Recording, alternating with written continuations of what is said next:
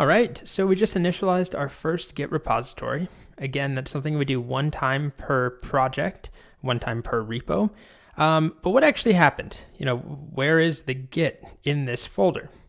Well, I'm also going to show you the docs here as a way of explaining this. If we go to the Git docs, which is git-scm.com, I think I've already said, I never remember that, I just Google Git. And then if you go to documentation and then reference manual, you'll see some Git commands, including the one we just used, init, right there.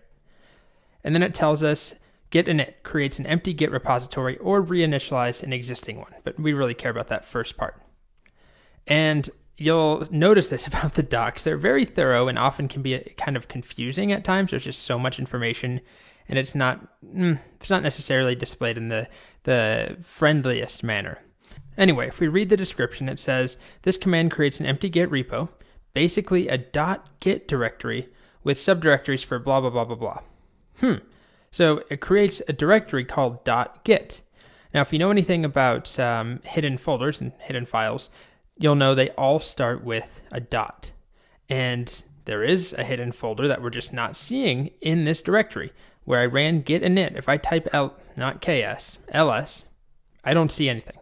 But if I use the -a flag, that's one way of seeing all, I don't know if it's A for all, that's what I tell myself, all files, hidden and non-hidden. Now we see this folder .git. So if I wanted to, I could look at that. We don't need to touch it or do anything in there, but this is what we just initialized. So if I delete this, my Git history is gone. Now we can, back it up and put it on GitHub and stuff like that once we get there. But for now, just to prove this, I'm just going to back out of here. I type git status, as we already have seen. It tells me git stuff. I'm in a repo. If I back out one more level, just to be clear, now I'm outside of this folder. If I run git status, not a Git repo. Go back into my first novel, git status.